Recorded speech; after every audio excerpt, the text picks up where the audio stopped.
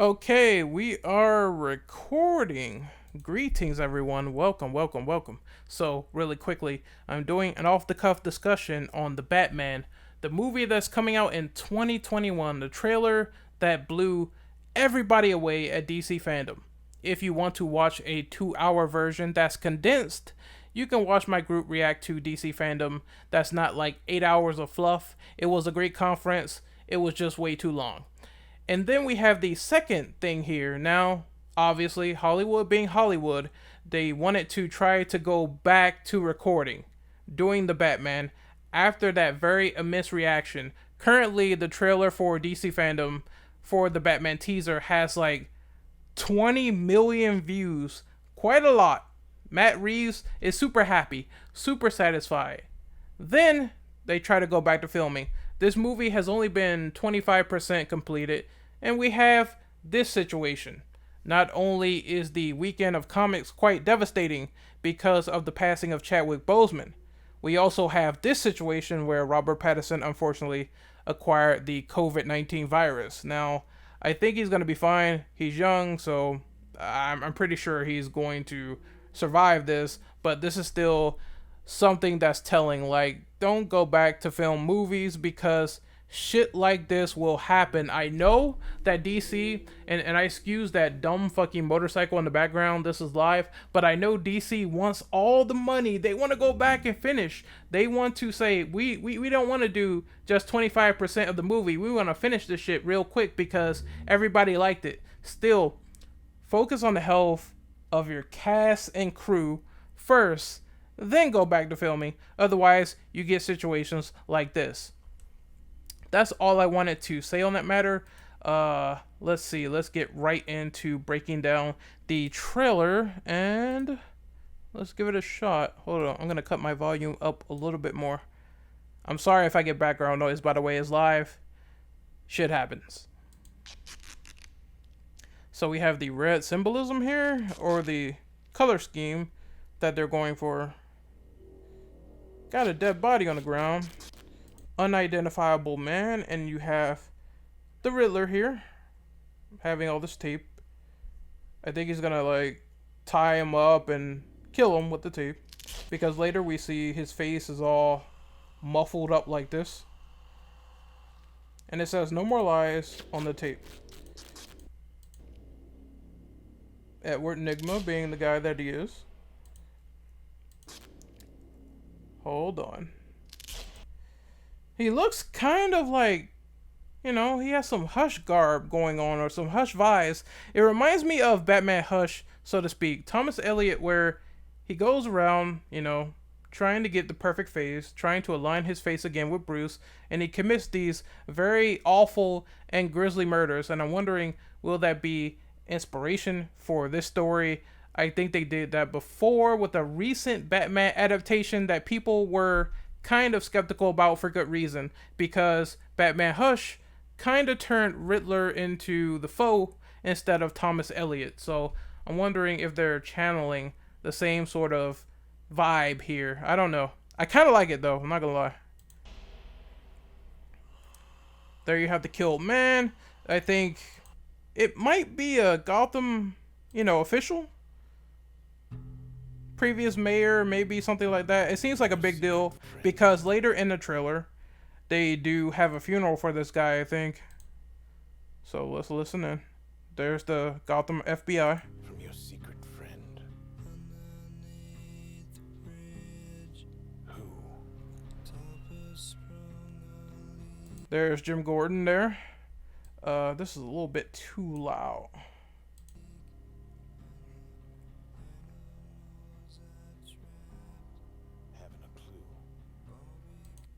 It says lies.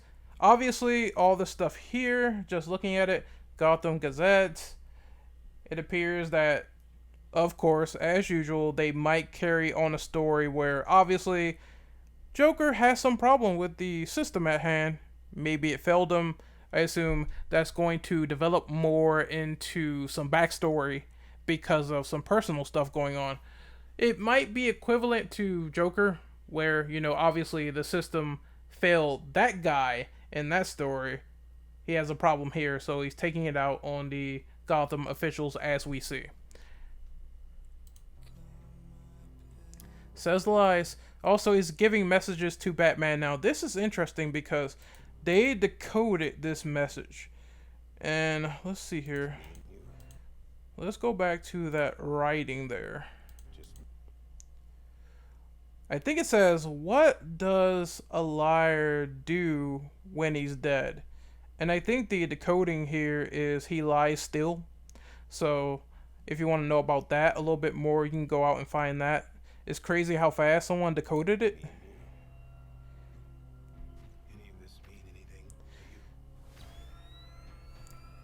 There's the Batman. Two things I want to mention here. Number one, it seems like the normal police is on good terms with Batman here. This is year two. Year two of Batman being entwined into crime fighting. He's still a bit green. He's getting used to it. He's really on good terms with the police right now. Originally, if you watch the year one movie or read the year one graphic novel, you would see that the police very corrupt. You will see that the police is very, very quick to open fire on Batman immediately. He does not have this bond. So that has been established in this movie. And the second thing I want to sort of point out, let's go back a little bit. Let's go back.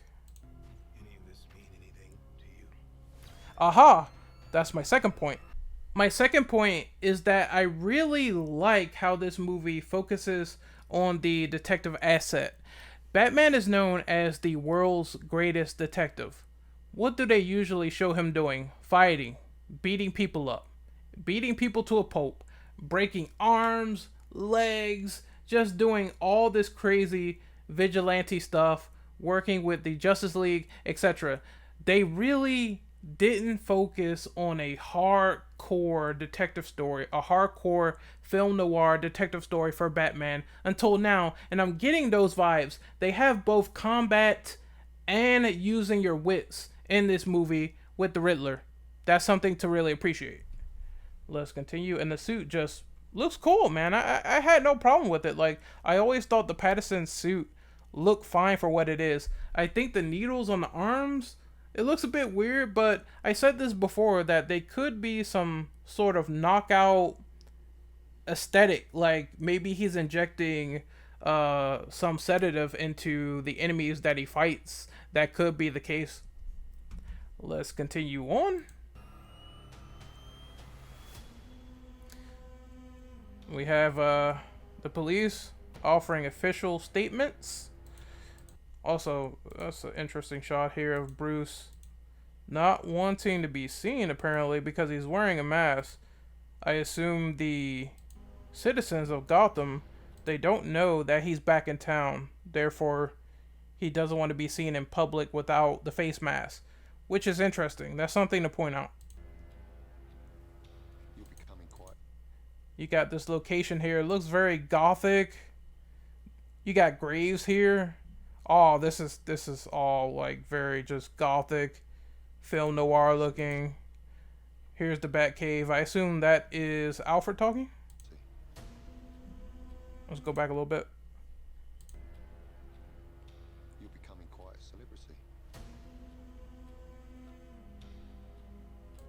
He's unmasked here, and this is... Oh, hold on. A lot of cool stuff here. Okay. Now, that car that crashed in, obviously, it has the letters of DOA, dead on arrival. I assume that this guy has something to do with it, with the whole insidious plan of Edward Nygma, and there is some device on his neck. I assume it's a bomb, because he has a cell phone strapped to his hand, and there might be a timer on that. Obviously, this person, like I said earlier, is really important because they are holding a funeral. Usually, you know, flowers, and you have the picture of the person here. It's a funeral of a Gotham official. It has to be. Or someone important. They could do something crazy, like maybe kill off Dent in this universe early, but I don't know. That would be wild, man. To the Batman. And then we have some shots of Catwoman. Obviously, she is back on the murder scene because you see the yellow tape. So this guy has something that she wants. Obviously, he's rich. Okay, this is a very cool shot. But I want to go back to Catwoman. Will she keep that traditional thieves mask? Because that looks a little bit more grounded for Catwoman. Or will she get the leather eventually? Who knows? Time will tell. There is Cobblepot. Oswald Cobblepot, and the person who's playing him is, I forget that dude's name. He was on Miami Vice. I'm so terrible with names. Colin Farrell. Colin Farrell, yes. It doesn't even look like Colin Farrell. I mean, if you get a picture of his face, there it is. People thought he was going to originally look like this, which kind of reminds me of Telltale Batman Penguin. Let me see. Let me find out. Telltale Batman Penguin. He looked kind of like this. I guess people thought that was the look they were going for. I like that mask though. That's a cool mask. Apparently they took inspiration from Telltale's Batman, and I really enjoyed Telltale's Batman for what it was. I thought season 2 was cool, honestly. But that's a crazy facial transformation. Like, he went from literally this to looking more like the character due to the prosthetics. That's wild, man. That's a crazy transformation, dog. Like, holy shit. So we got more of these people. I assume they could be either followers of Penguin from the way they look. Like, it really looks like this guy has like a bird symbol on his forehead, but I think maybe after Batman beats the holy stuffing out of these guys, they will become the Sons of Batman, which was a sect in Batman The Dark Knight Returns. After he faced the leader of the mutants and he beat the crap out of him, people wanted to move on to a new leader, and that was Batman. They saw vigilante eyes through Batman, and they wanted to keep the peace, but they were doing it in very extreme and violent ways. Maybe this group will be the new Sons of Batman. Now we see this scene where it looks like Riddler has possibly captured Batman, or Batman is knocked out, or he has his mask. I assume due to the red symbolism of the colors and everything, this is going to be a very prominent scene, maybe involving interrogation or torture. It's going to be something that's a highlight of the movie for sure. It's going to be the movie's climax. There's Batman fighting the cops, which is interesting because it seems like they are aligned with him. Catwoman on a bike, Penguin's troops firing at people. Possibly Batman. There's a little fight there between Batman and Catwoman, and she sort of like stares at him. She gives the fuck me eyes. Moves like Jagger. Hold on. An explosion here. I assume he gets suited, and then afterwards he tries to stop the guy that has the bomb, and this is where he fails. Wait a minute. Hold on. Maybe he did save him. No, I don't think so. I think, yeah, I don't think he caught him. I think that guy is dead. Like, it just looks like Batman's flying back. I thought for a second that he like held the body and he finally saved him, and then the bomb went off. But I think that guy blew up. He's fucking deader than dead. And so is Nostalgia Critic, because you got a red ass beat down. Like, any normal human would be dead. Like, let's do that in slow-mo. Let's do that red ass Mississippi ass stomp in slow motion, baby. Hold on. Because it's the highlight by far, seeing a very brutal Batman. He asked this stupid question. No, fuck your question. Get your ass beat. Get your ass whooped as soon as he tries it with that machete.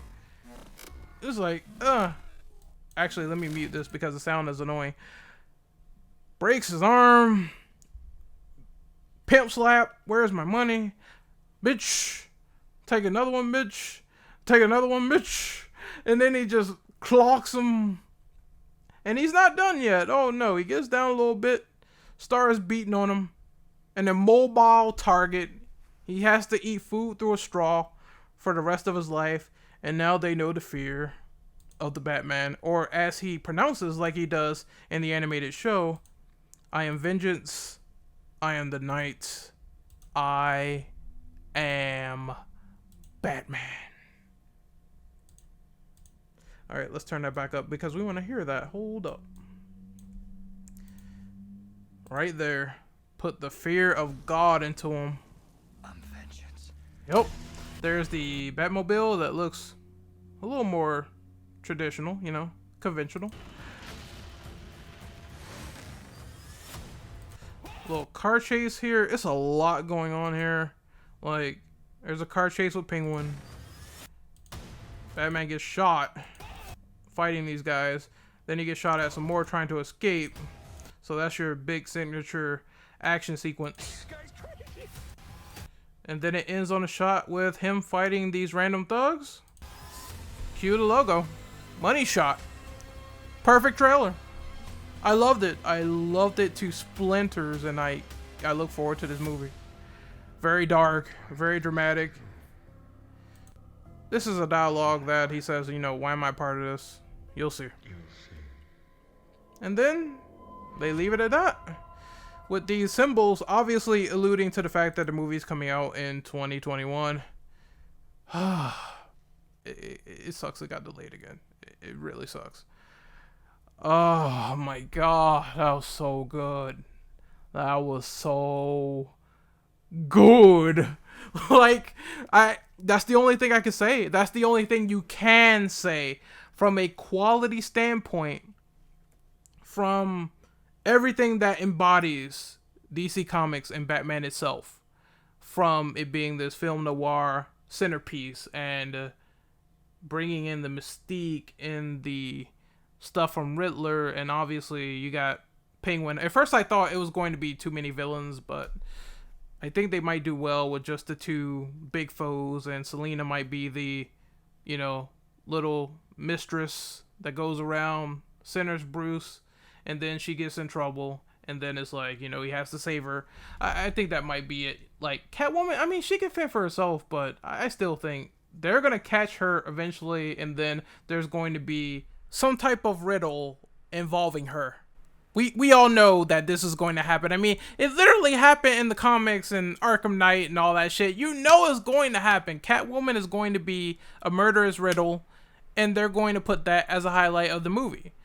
And both of them have to escape or something like that. I wonder, will this movie be rated R? Will they push the envelope? Again, they did it with Joker, R-rated movie.